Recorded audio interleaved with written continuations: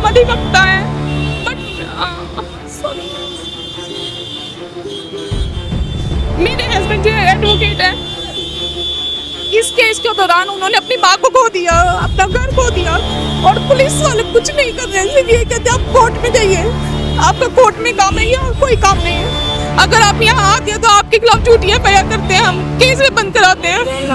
हमें पॉलिटिकल जो यहाँ के नेता है वो धमकी देते हैं। इवन हमें डराया गया है कि अगर तुमने आवाज़ उठाई तो तुम्हें उल्टा झूठे मुकदमों में बंद करेंगे, फिर से तुम्हारे ऊपर कोई ऐसा एलिगेशन प्लांट करेंगे कि जिसको तुम्हें भुगतना भारी पड़ जाएगा। एक बार अपना घर गवा चुके हो, दूसरी बार गंवाने के लिए बहुत कुछ है तुम्हारे पास, शायद हो सकता है ज़िंदगी भी गंवा दो अगली बार।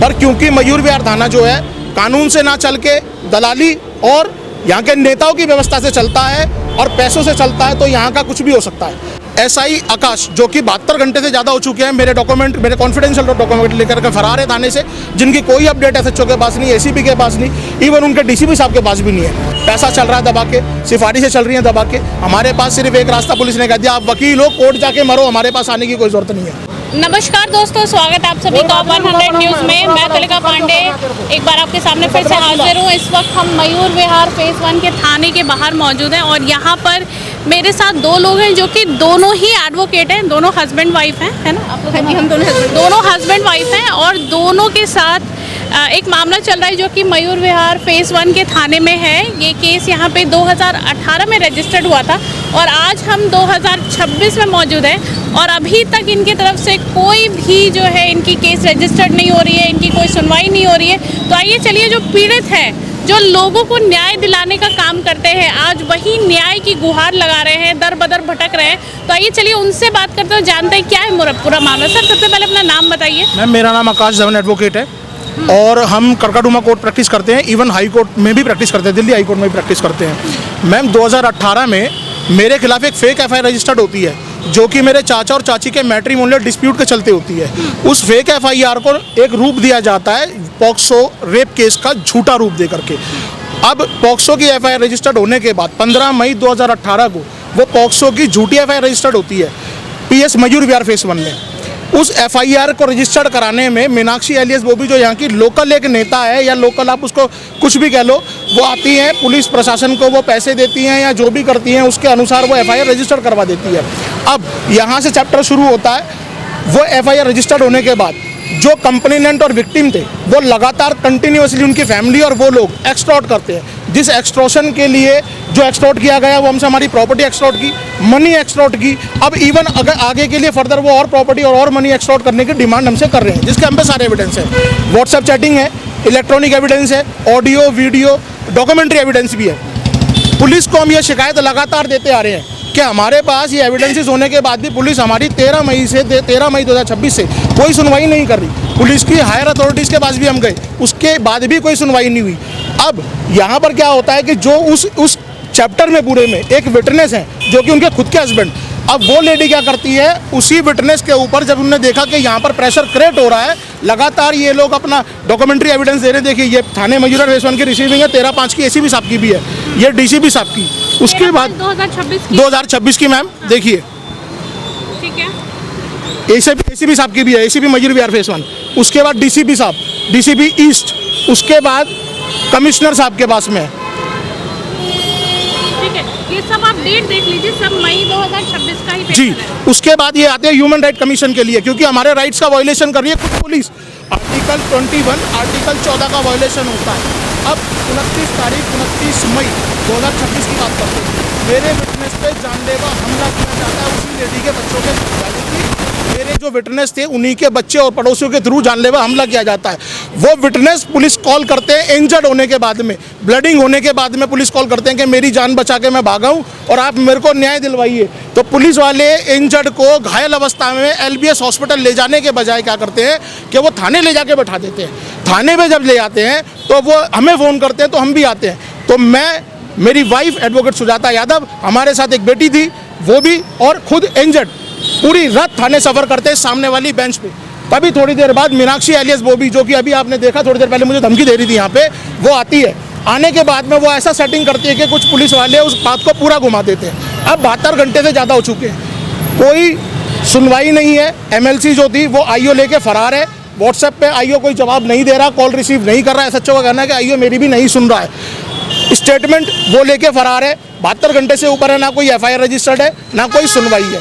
पुलिस का कहना ये है कि हमारे पास जो हमारा वाईफाई, जो हमारी नेट की टेक्नोलॉजी चलती है, पुलिस घाटे में होने के कारण से हम वो सही नहीं करा सकते, क्योंकि पूरी दिल्ली पुलिस घाटे में है। ये एसएचओ साहब का कहना है, एसएचओ मयूर विहार फेस 1 काम से। अब उनका कहना ये है कि जब वो ठीक होगा तब एफआईआर रजिस्टर्ड करेंगे और तब सुनवाई करेंगे, वरना अदरवाइज आप कोर्ट जा सकते हो। वैसे तो वकीलों के हाल बहुत बुरे हैं यहाँ पर, क्योंकि वकीलों की कोई सुनवाई होगी नहीं, तो हमें कोर्ट का रास्ता बार बार बता दिया जाता है। इवन जिस दिन हमने यहाँ पर मानव अधिकार आयोग में अपनी कंप्लेंट रजिस्टर्ड करी थी, उस दिन भी हम डीसीपी साहब के पास गए थे, सेम डे। डीसीपी साहब की पीआरओ कहती हैं कि जब आप मर जाओ, क्योंकि वकील हो, जब आप मर जाओ तो 112 पे कॉल करना, और 112 पे आपको जो पॉसिबल होगा वो सहायता मिल जाएगी। और ऐसा ही हुआ, क्योंकि शायद हो सकता है इनकी प्री प्लान हो, इन्होंने करवाया। इनके यहाँ पर नेता आते हैं, करवाते हैं, ये लोग मिलके करते हैं। न्याय व्यवस्था, कानून व्यवस्था जीरो है यहाँ पर, क्योंकि ये थाना कानून से नहीं दलालों से चलने वाला थाना है। सीधी इनकी कहानी है, क्योंकि यहाँ पैसा खिलाओगे तो काम होगा, पैसा नहीं खिलाओगे तो कोई काम नहीं होगा यहाँ पे। अभी आपने बात की यादव जी, अभी आपने बात की मीनाक्षी की। मीनाक्षी जो हैं उनका इस पूरे केस से क्या लेना देना? और एक सेकेंड, और आपका जो केस होता है उसमें उनको कैसे पता लग जाता है कि आपको आज यहाँ पे आने वाले हैं? क्योंकि मैम मीनाक्षी को यहाँ के लोकल पुलिस जो है सपोर्ट करती है, वो उसे फ़ोन करके बुलाती है, और फिर वो क्या करती है कि पुलिस वालों को पैसा देती है, दोनों के बीच में आकर के, और खुद भी पैसा लेती है।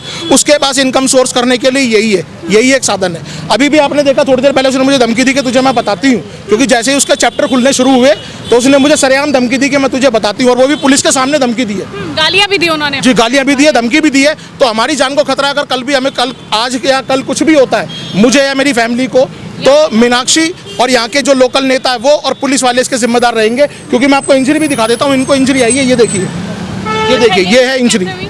ये उन्हीं लोगों ने मारा जिसके खिलाफ शिकायत थी। भाग लिया था, नहीं तो गर्दन ही उड़ा देते। कौन? ये राघव, अच्छा, मेरा बेटा छोटा। ये कौन सी तारीख थी? मैं डेट 29 तारीख। मैम 29 तारीख की शाम को, 2 दिन पहले की। 72 घंटे से ऊपर हो चुका है, अभी तक एफआईआर नहीं है, एफआईआर भी नहीं है। इवन एमएलसी लेके आईओ फरार है, ना एसएचओ की कॉल का जवाब देता है। एसएचओ को कहना मेरा भी फ़ोन नहीं उठा रहा।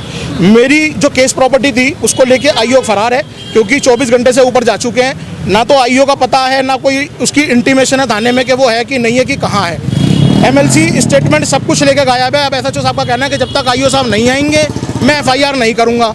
आईओ साहब आ जाएंगे, अगर नेट चल गया तो एफआईआर करूँगा। तो सिर्फ हमें मयूर विहार थाना, डीसीपी ईस्ट और पुलिस महकमे के जितने आला अधिकारी हैं वो सब हमें बहाने पे बहाने दिए जा रहे हैं, और वो भी सिर्फ इसलिए क्योंकि हम वकील हैं। उनका कहना है कि आप कोर्ट जाइए, वहाँ से करिए। आप वकीलों को न्याय का हक नहीं है? वकीलों को न्याय का हक है या नहीं मैम, हम तो अपने हक के लिए लड़ रहे हैं, क्योंकि दूसरों के हक के लिए भी लड़ते हैं। पर क्योंकि हम इस चीज़ की सज़ा भुगत रहे हैं, क्योंकि हम अनपढ़ और जाहिल ना होने के कारण हम इस चीज़ की सज़ा, क्योंकि हम जी हजूरी नहीं करना चाहते थे इनकी। ये एक कारण रहा है कि हम यहाँ आज खड़े होकर के ये सारी चीज़ें हमारे साथ हो रही है। अभी जब आप अंदर गए, बातचीत करने की कोशिश की, तो क्या हुआ? मैम उन्होंने साहब का थाने से बाहर निकल जाओ, ये ड्यूटी अफसर साहब का कहना था, थाने से बाहर जाइए। उसकी वीडियो शूट भी हमने कर ली है। क्यों बाहर क्यों जाइए? पता नहीं मैम, ये तो इनकी प्राइवेट प्रॉपर्टी है, शायद इसीलिए बाहर कह रहे हैं ये हमसे। हालांकि सुप्रीम कोर्ट की जजमेंट है कि थाने के अंदर वीडियो बना सकते हैं, थाना किसी की प्राइवेट प्रॉपर्टी नहीं है, आप वीडियो शूट कर सकते हैं थाने के अंदर भी। पर क्योंकि मयूर विहार थाना जो है कानून से ना चल के दलाली और यहाँ के नेताओं की व्यवस्था से चलता है और पैसों से चलता है, तो यहाँ का कुछ भी हो सकता है। फिलहाल हम इतना ही कहना चाहेंगे कि अगर हमें कुछ भी होता है, हमारी कंप्लेंट पर भी कोई सुनवाई नहीं है और अभी तक भी कोई एफआईआर रजिस्टर्ड नहीं है एट द प्रेजेंट टाइम। भविष्य में कुछ भी होता है उसके जिम्मेदार मीनाक्षी, यहाँ के local politicians, SHO Mayur Vihar, SI Ajay, SI आकाश, ये 3-4 लोग 5 लोग जो हैं टोटल ये जिम्मेदार रहेंगे। आपने अपने बार काउंसिल से भी यहाँ पे नोटिस वगैरह भिजवाई? मैम बीसीडी से कल हमने, हमारे यहाँ जो प्रेसिडेंट साहब हैं, सेक्रेटरी साहब हैं, उन्होंने भी फ़ोन किया था।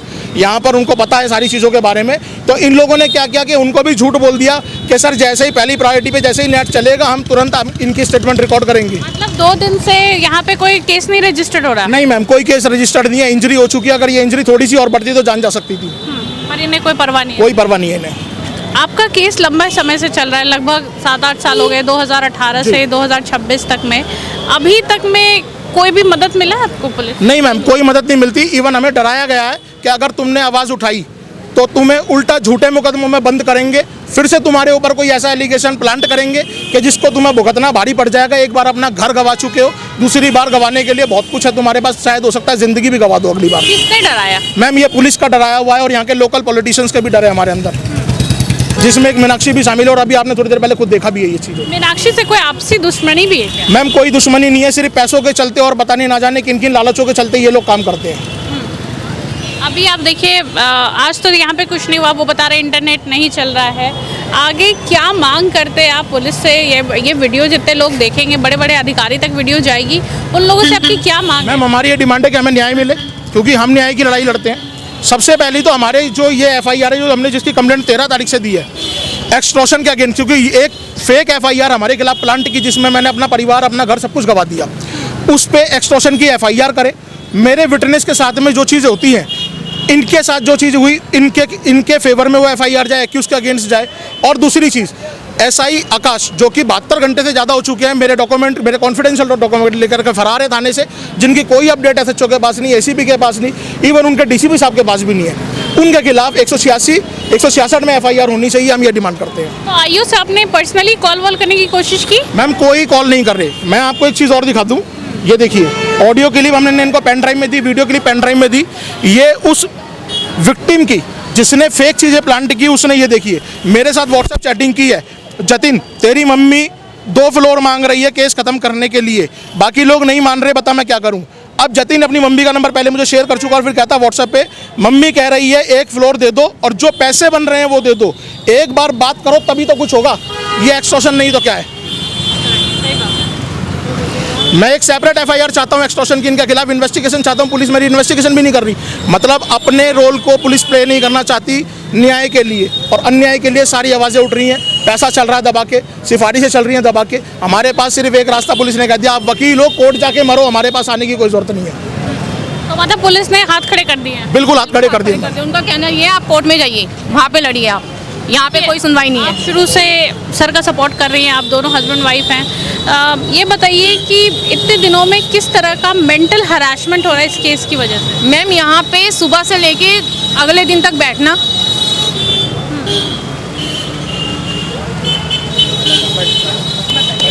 इधर बताइए ना, कैमरा इधर। जी बताइए, किस तरह का मेंटल हरासमेंट हो रहा है? हम अधिवक्ता हैं, बट मेरे हस्बैंड जो है एडवोकेट है। इस केस के दौरान उन्होंने अपनी माँ को खो दिया, अपना घर खो दिया, और पुलिस वाले कुछ नहीं कर रहे हैं, सिर्फ ये कहते हैं आप कोर्ट में जाइए, आपका कोर्ट में काम है, यहाँ कोई काम नहीं है। अगर आप यहाँ आते हैं तो आपके खिलाफ झूठी FIR करते हैं, हम केस में बंद कराते हैं। हमें पॉलिटिकल जो यहाँ के नेता हैं वो धमकी देते हैं। इवन मैं वहाँ पे घर पे भी जाती हूँ कूड़ा उठाने के लिए, सफाई करने के लिए, तो वहाँ पे जो ये जो है कंप्लेनेंट है जो इनके केस में है, वो मुझे कहते हैं कि हमें ये पैसा दिलवाओ, घर दिलवाओ, वरना वही करेंगे जो उनके साथ किया आपकी सास के साथ, मतलब मेरी ददिया सास के साथ। द्रौपदी जिनका नाम था, वो यहाँ पे नहीं है, मर गई हैं वो। तो उनका ये कहना है, तो हमें यहाँ से कुछ नहीं मिल रहा। आपको अभी भी वो लोग प्रताड़ित कर रहे हैं? बिल्कुल कर रहे हैं। मैम ये एक पूरा प्री प्लान था। एक्चुअल में क्या है कि मीनाक्षी और यहाँ के लोकल पॉलिटिशियंस, क्योंकि यहाँ पर पढ़ाई लिखाई नाम की चीज़ है नहीं, यहाँ इनकी गुलामियाँ करो तो ये लोग हमसे खुश रहते हैं, पुलिस वालों के हिसाब से चलो तो खुश रहते हैं, नेताओं के हिसाब से चलो तो लोग खुश रहते हैं। इन्होंने एक बड़ा प्री प्लान रचा। क्या रचा कि इस एक फेक एलिगेशन को लगा करके इन्होंने एक सोचा कि जुडिशियल मर्डर कराया जाएगा, क्योंकि पॉक्सो 6 और 9 में या तो लाइफ इम्प्रिजनमेंट है या सीधे पनिशमेंट ऑफ डेथ। तो हर हालत में हमारे हाथ भी खराब ना हो और सामने वाला मौत के घाटी भी उतर जाए, और उसके चलते इन्होंने डरा धमका करके हमसे सारा कुछ एक्सटॉर्ट कर लिया। एक्सटॉर्शन के सदमे से मेरे ग्रैंडफादर, ग्रैंड मदर वो ख़त्म हो चुके हैं। और मैं जो भी चीज़ आपको बता रहा हूँ with evidence, documentary evidence, audio and video evidences, ये पुलिस के द्वारा दी गई कंप्लेंट है। और क्या करेगा तू? भगा दी मैंने तो। लड़का झूठा फंसवा दिया तुमने। भगा दिया मैंने तो।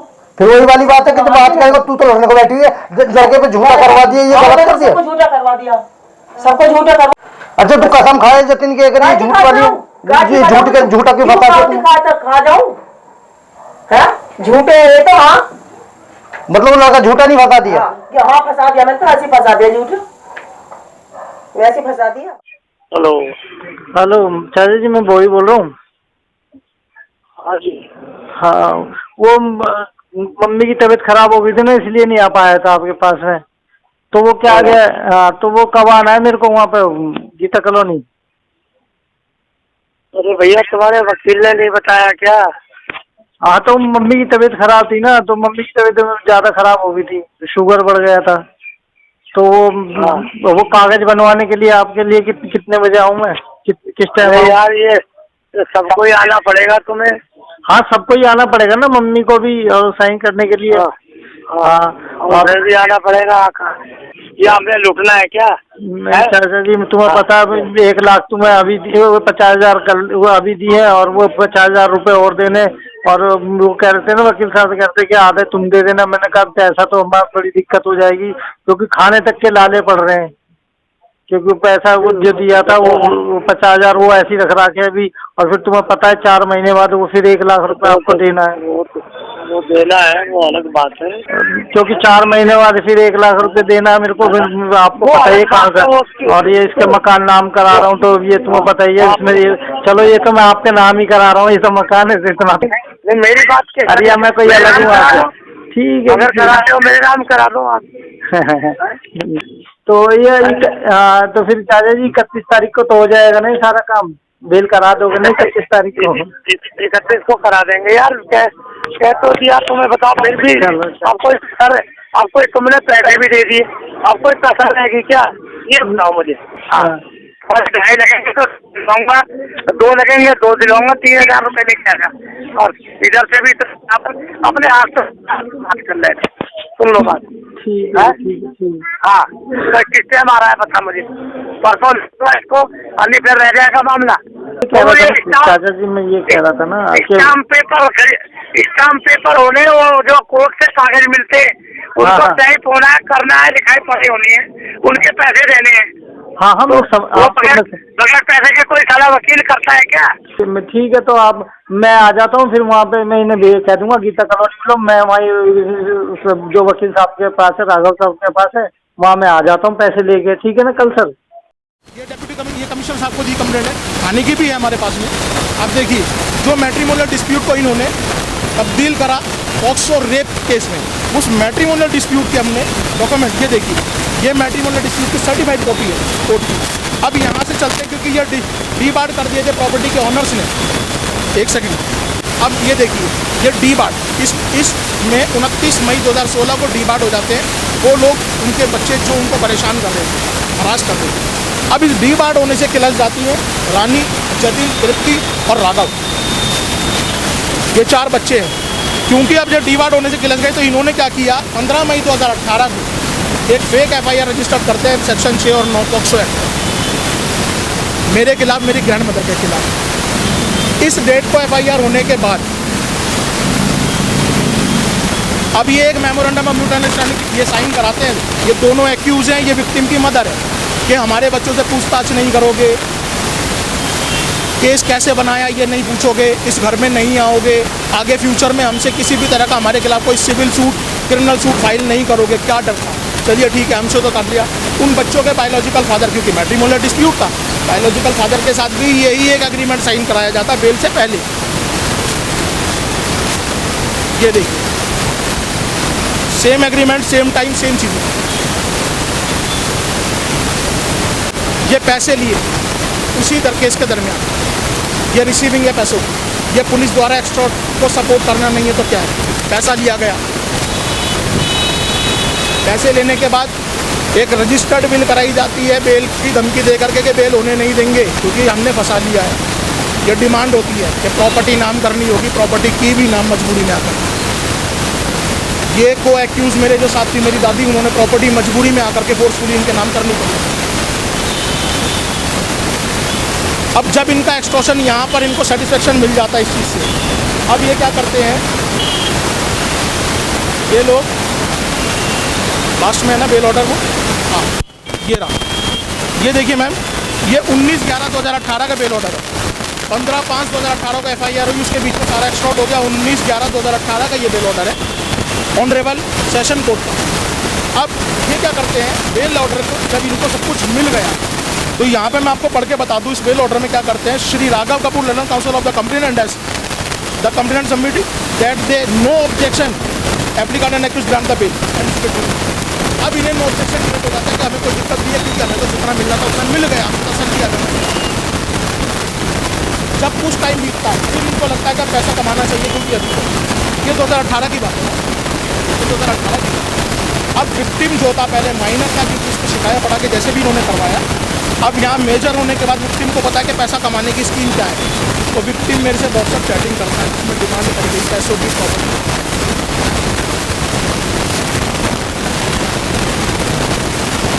उस मैसेज उसने अपने साइड में डालता साइड और ये मैसेज क्लिक करे इसके पहले हमने उसको स्क्रीन शॉट ले लिया। होने के बाद भी एविडेंस अभी तो हमने आपको डॉक्यूमेंट्री एविडेंस दिखाया, हमारे पास वीडियो एविडेंस, ऑडियो एविडेंस और प्रोवाइड किए, एसीपी साहब को भी प्रोवाइड किया, पेन ड्राइव साहब को प्रोवाइड किया, कमीशन साहब को प्रोवाइड किया, इवन ह्यूमन राइट कमीशन को प्रोवाइड किया कि हमारे राइट्स का वायलेशन करती है। तो पुलिस पर कोई कार्रवाई क्यों नहीं?